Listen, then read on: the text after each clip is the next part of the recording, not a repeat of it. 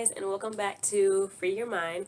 If you're here for the first time, I welcome you. This is a safe place, non-judgmental, when we talk about healing and thriving in life. Um, this video, I'm going to tell you the truth because I want to make sure that I come with you guys, to you guys, and to myself with as much honesty as I can possibly muster, and with as much vulnerability as I can come across as. I was having anxiety making this video. After the last one, I was looking at it, and I I just thought to myself, like, okay, am I supposed to be this guru person now? Am I supposed to be the person who kind of helps everybody, who leads the way? And even though I spoke about not being a guru in my past videos, and even though I spoke about, you can do this however you want to, and I'm not here to tell you how to do it, I just had this immense anxiety and pressure of, I don't know, like helping everyone, and not in a genuine sense, but of being the mother to everybody, of being the father to everybody.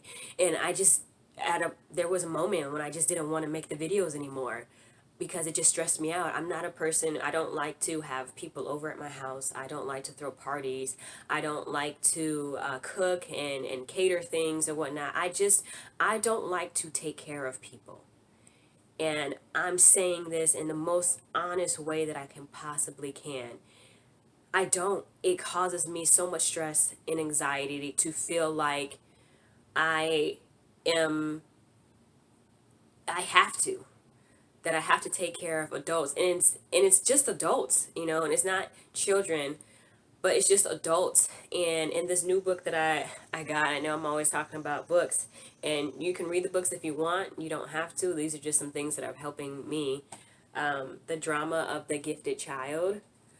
It talks about Alice Miller. She talks about people who are in these helping professions, and she speaks about, like, in her the history of her being a therapist, that she has come across kind of like this single thread that everybody shares, in which a lot of people who are in the helping professions, a lot of them kind of had like these similar childhoods in which they had a parent, maybe a father or a mother or both, who were very insecure in themselves.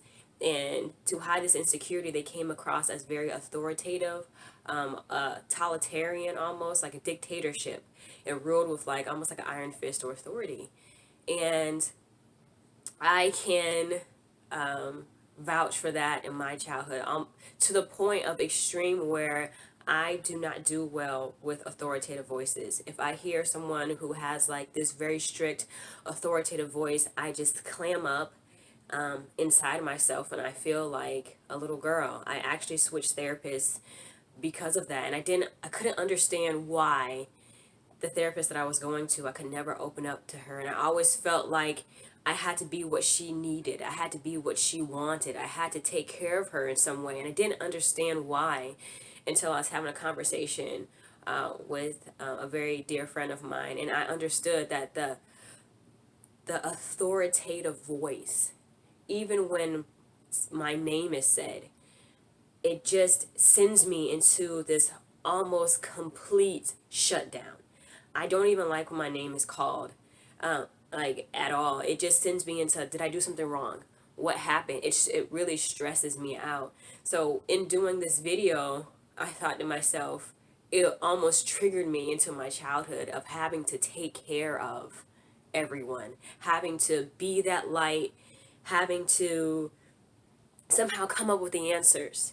And I was groomed, and I'm going to use the word grooming because I feel like it is a practice that a lot of adults do, or people in power do. When they're abused children, they groom them to a certain point where they then are able to use them and exploit them for this particular need, for their own needs. So growing up, I felt that I was groomed to be the caretaker. I was always having to take care and make sure that my mom was okay.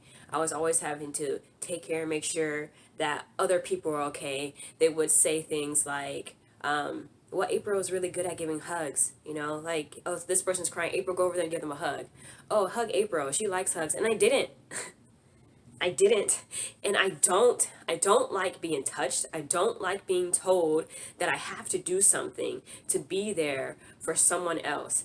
And throughout all of these years of having this persona placed on me as the caretaker, as being the one to go to, I put on that mask and that costume even in my friendships. I was the mother hen of them, everybody else, making sure that everybody was good, making sure everybody was okay. And I could never make a mistake. I could never go out and hang out and do the things that college kids do or do the things that high schoolers do, because I was so I guess I don't even know the word for it, but I was so almost pressured into being this overseer of everyone else, to the point where I lost myself.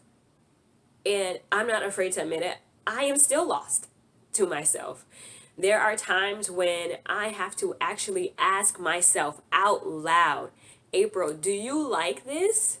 Or do you only like this because this is what you're supposed to like? April, do you want to wear this? Or are you only wearing this because this is what's expected of you? Do you want this? Do you want to give this person a hug? Or are you only doing this because it's expected of you? And a lot of times I just do it because it's expected of me. No matter if I cringe, no matter if I'm disgusted, if I don't want to do it, I do it because that's what I was groomed to do. I was groomed to serve. And throughout all of this, I'm just realizing how much and how many coping mechanisms that I have going on at this point in time. I just realized another one. I was reading The Drama of the Gifted Child, and she was talking about intellectualizing, where you look at the broad space of your trauma as you try to, I guess, see it from an intellectual viewpoint. No matter if you feel like you're the smartest person in the room or you feel like you're not, you separate yourself from it and almost look at it in a scientific viewpoint.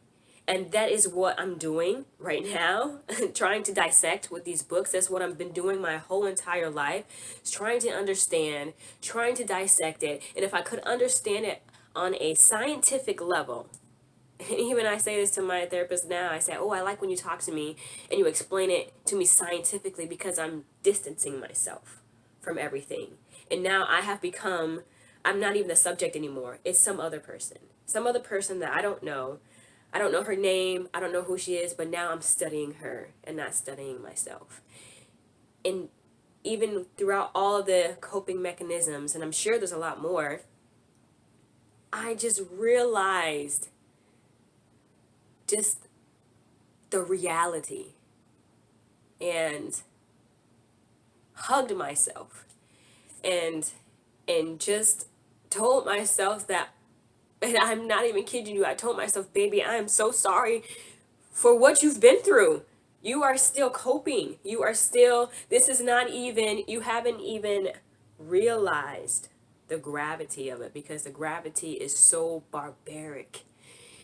It is so grotesque that your mind can't even get to the point where you can even be in it.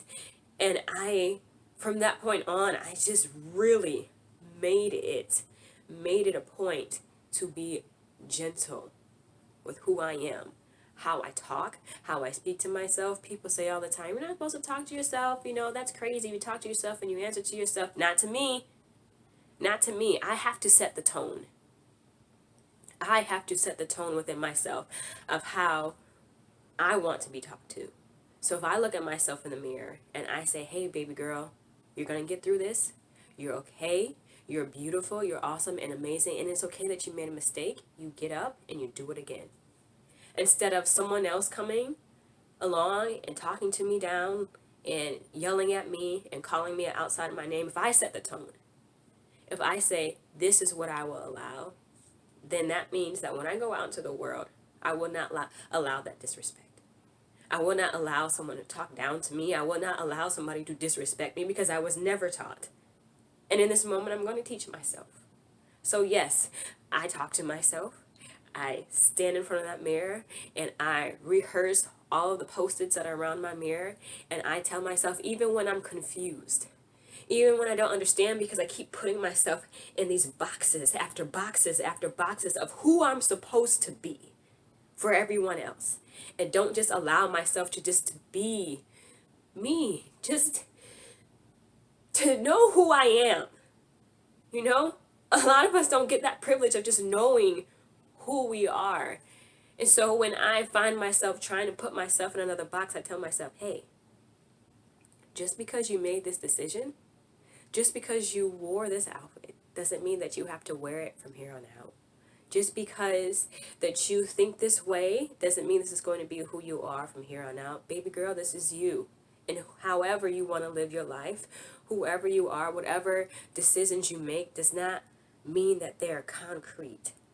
You can change them.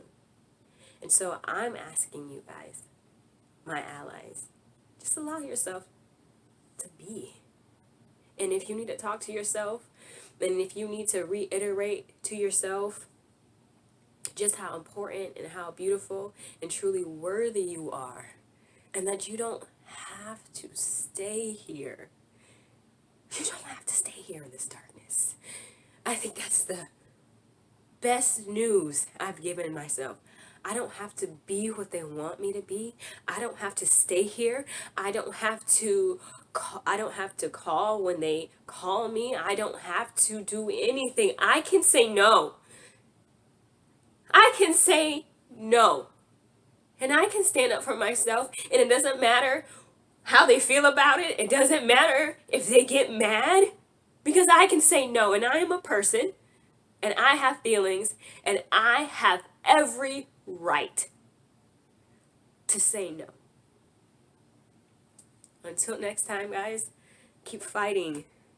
Keep finding the truth, and keep being vulnerable with yourself and loving yourself. Even if you don't understand who you are, love yourself.